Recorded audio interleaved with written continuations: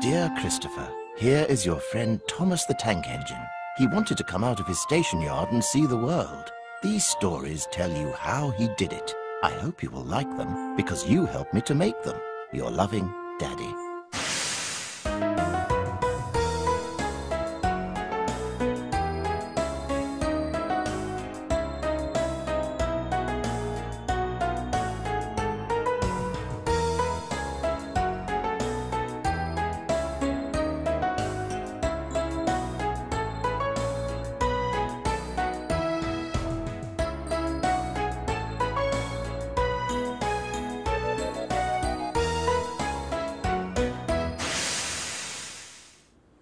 It was a snowy afternoon on the island of Sodor. James was taking Jack and Ned back to their yard.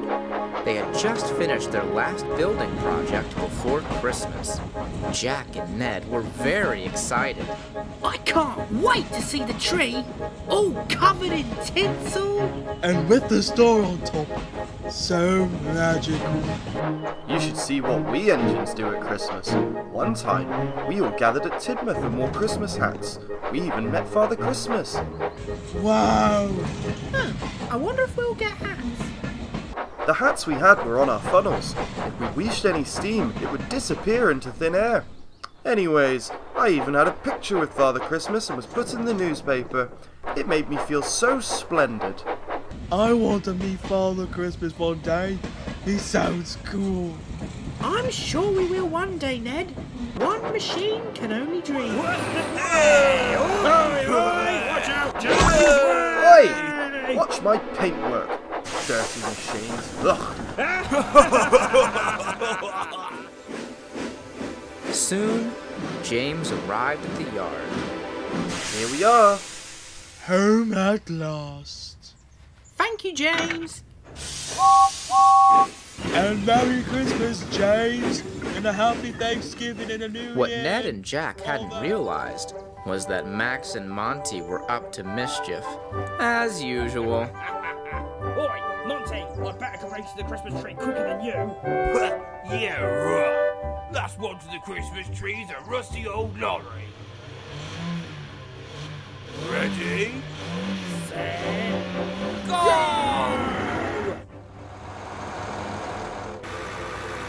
But then there was trouble.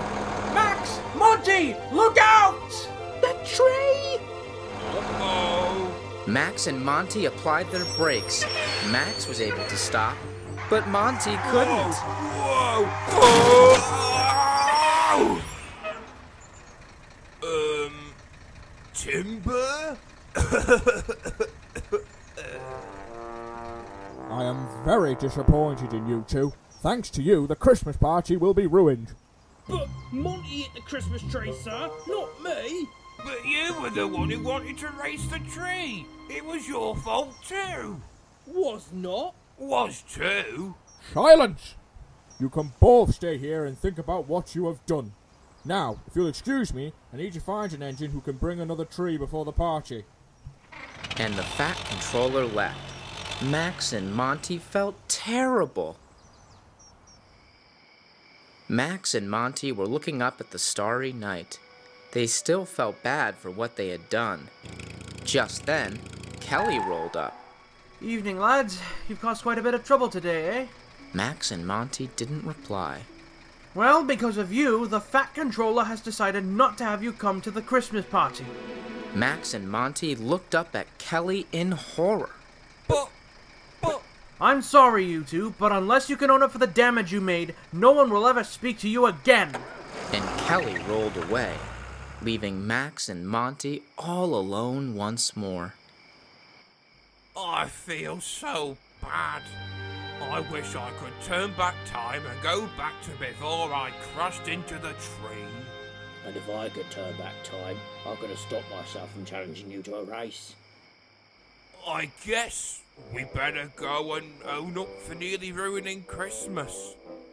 I agree. I don't want to be alone at Christmas. I want to spend it with everyone around us. Christmas just isn't the same without your friends. You know what, Monty? You're right. Let's go before it's too late. And Max and Monty roared away to find the Fat Controller.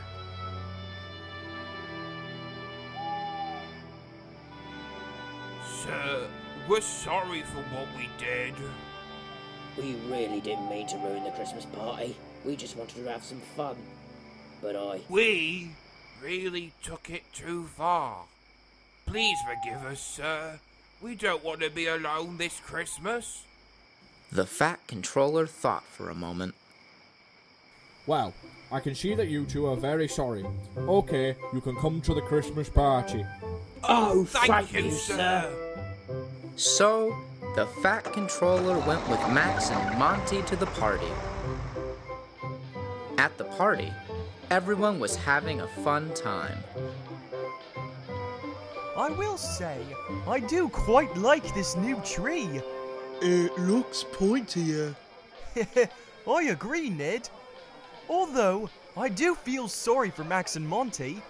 They must be very disappointed that they couldn't come and enjoy the festivities. Huh, good. It serves them right for what they did. Just then, Max and Monty arrived. Good evening, everyone. I hope you all are enjoying the party. Now, I have brought Max and Monty here as they want to say something to you. You go first, Monty. Well, we're sorry for how we caused the tree to fall down and nearly ruin the party. We thought we were having fun. But after being left alone in the shed, we realised it wasn't as much fun as we thought. Everyone was silent. Apology accepted. Me too. Me too. Me 3. Oh, is it 4? Max and Monty were so happy, they honked their horns in delight. Merry Christmas, everyone! Merry Christmas, Max and Monty!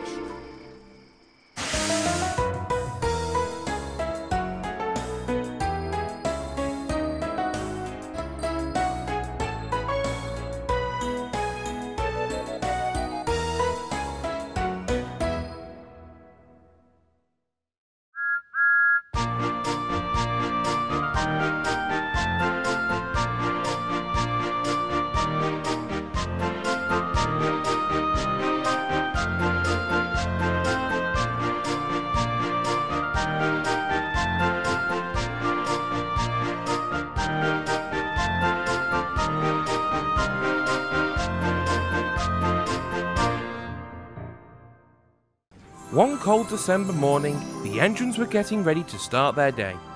However, Gordon was complaining. This cold weather is such a nuisance. Why should I have to take the express in this blasted weather? At least you're not out in the cold at night like I am. It makes my kibberons rather uncomfortable. Well, if you ever need something to keep you warm, Henry, I'm sure there's a tunnel with your name on it. The engines chuckled. Henry just wheezed steam angrily. Just then, Sir Topham Hatt arrived with some bad news.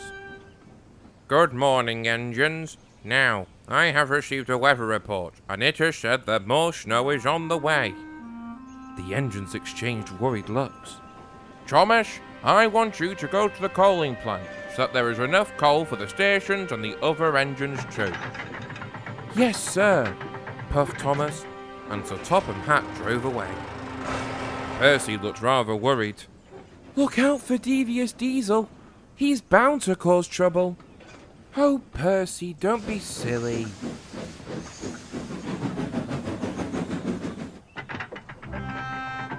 And anyways, huffed Thomas, this cold weather is probably going to give him troubles of his own.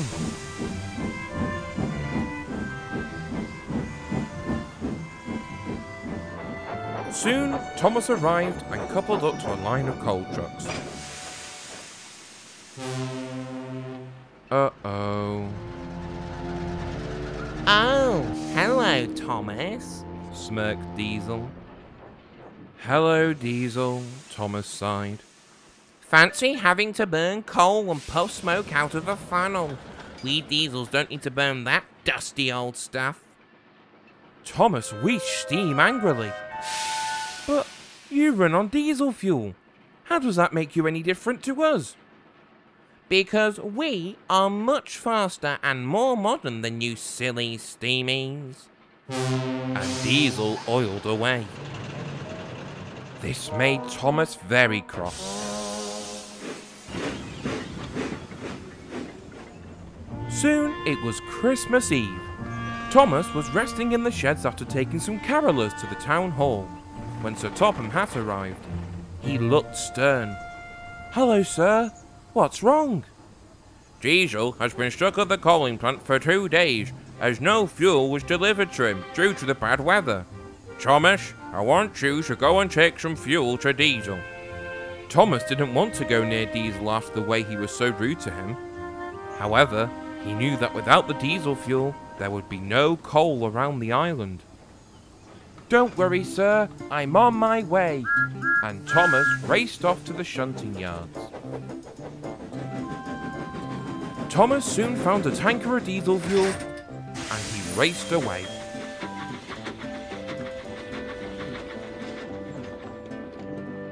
Meanwhile, at the coaling plant, Diesel felt cold and miserable. Then he heard a whistle. Oh, great. Here comes Thomas to laugh at me, groaned Diesel, as Thomas pulled up alongside. "Hello, Diesel. I brought you some lovely diesel fuel to get you going again." About time, he shivered. As Diesel was getting fueled up, Thomas decided to tease him. "I say, Diesel, if you still aren't warm enough, I'm sure we can get a firebox put in you. That would keep you very warm indeed." Diesel pretended not to hear. Diesel was soon finally fueled up. He was about to start work when Thomas buffered up to him. "Right, come on you. I don't want you missing out on the festivities." Diesel was shocked. "But I've been so mean to you these past few days." "But it's Christmas, Diesel. I'm not just going to leave you here where you have no one to celebrate Christmas with." "Oh, thank you, Thomas. I'm so sorry about being mean to you." "It's okay, Diesel. I say we forget all about today and go and celebrate with the other engines." You know, that sounds like a very good idea. For a stinky steamy. Thomas chuckled. "Merry Christmas, Diesel." "Merry Christmas, Thomas."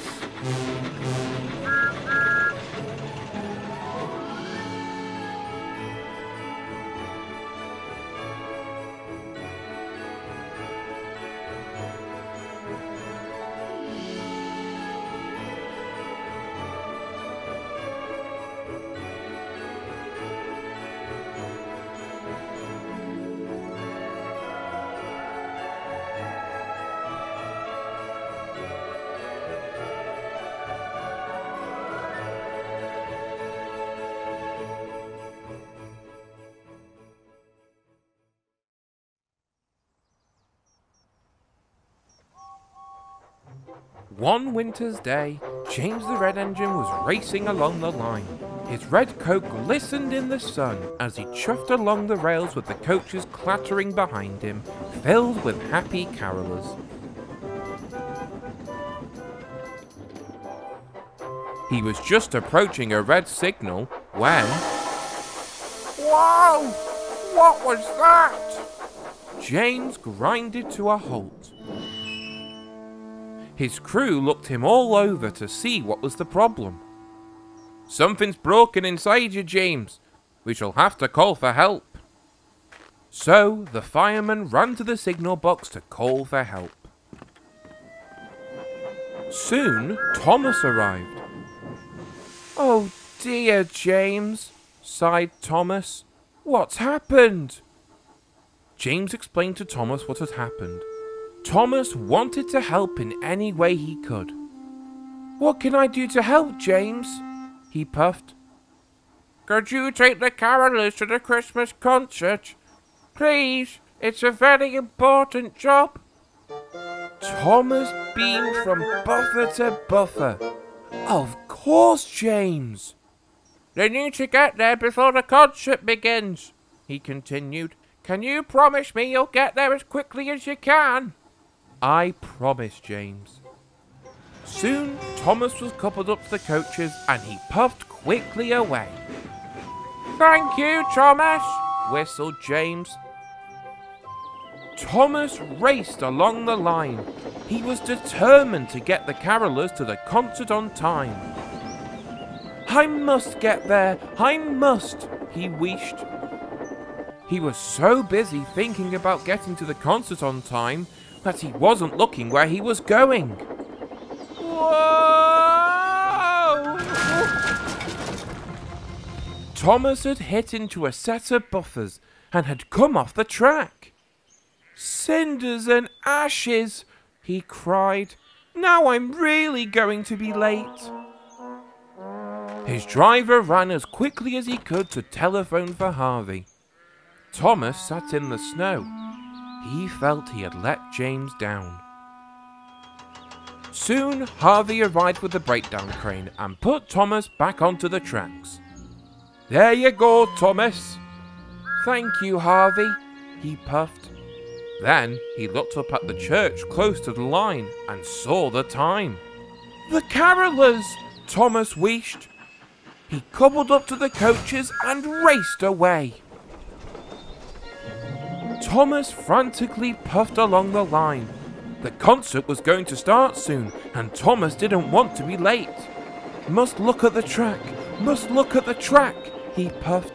He didn't want to crash into another set of buffers again. As Thomas was getting closer to the concert, he rounded a bend and saw Oliver. Something must be wrong, he puffed. Thomas screeched to a stop. Hello, Oliver. What are you doing out here? I've run out of coal, he puffed. I have to get this piano to the concert, or there'll be no music for the carolers to sing along to. Could you help me? Thomas knew that he had promised James that he would get the carolers to the concert early, but he also knew that helping his friend Oliver would also be really useful. Of course I'll help you, he whistled. I can take the piano and push you to the concert too. Oliver was very happy. Oh, thank you, Thomas. Meanwhile, Sir Topham Hatt was waiting for the carolers. He looked at his watch. If the carolers aren't here soon, I shall have to cancel. Then he heard a whistle. It was Thomas. He came to a stop and gave a massive sigh of relief.